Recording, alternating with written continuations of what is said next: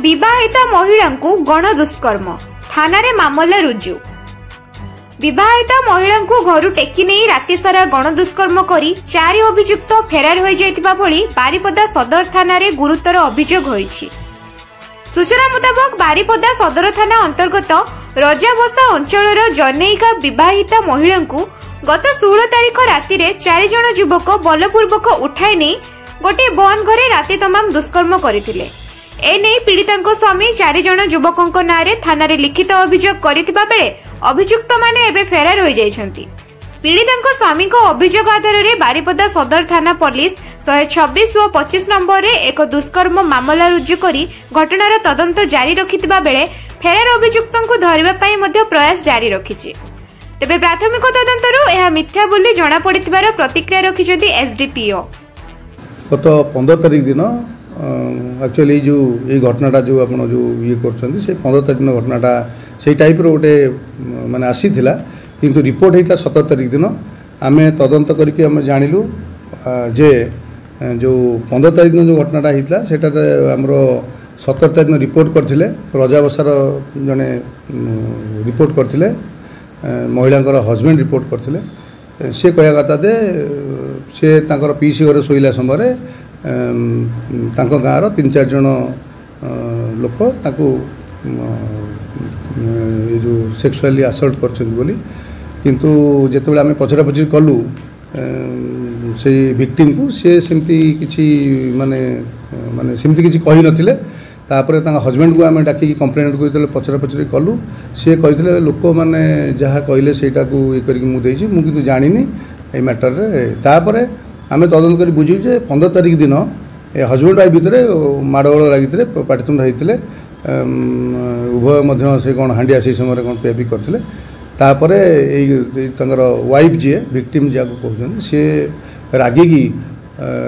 घर पलि आसते कहले मोर मु बाप घर को पलैबी बाप घर तंकर 2टा पिला थे जड़े 14 वर्षर पुओ आउ 8 वर्षर झील से रज छुट्टे जाते बुलायापी आठी पलैले पलैया कहले तापर जो आसिले गोटे बैग धरिक आसी गाँव में गोटे पिला को क्यारी करने आसिस्ट करता ये कहते नापी से जो आपणकर जो बस पर्यंत से आसी था किंतु बाटर से कहले ना मुझे जीविनी पीसी घर से रहिला तापर जो ये जो सकाले हजबैंड उठिले से गाँ लोग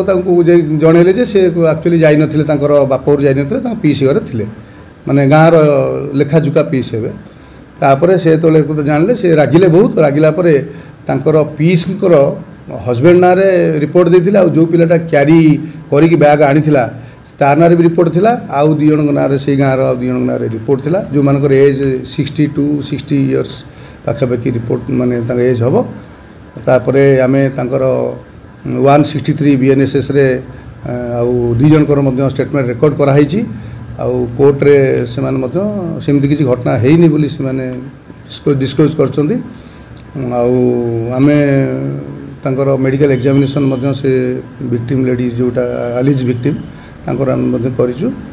सेटा माने रिपोर्टटा आउटेड अछि आउ एही संक्रांत रे आमे सदर थाना PS case number 126 dated 17/6/2025 under section 70 clause 1 BNS रे कराई बर्तमान तदंत चली आगु सर जदि एभली भाबरे तांको जे स्वामी अछंती एभली जदि मिछ केस जदि विधान करछंती पुलिस डिपार्टमेंट ए बाबत सर कोन आपन आपको एक्शन नेछि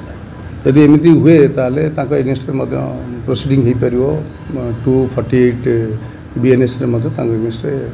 मान प्रोसीडिंग करियो। मयूरभंज शिवशंकर मानक रिपोर्ट द पब्लिक ओडिशा। जदि आपण मानकु आम वीडियो भल लगी थाए ताहले आम चैनल को लाइक शेयर और सब्सक्राइब करने को भूलिबेनि।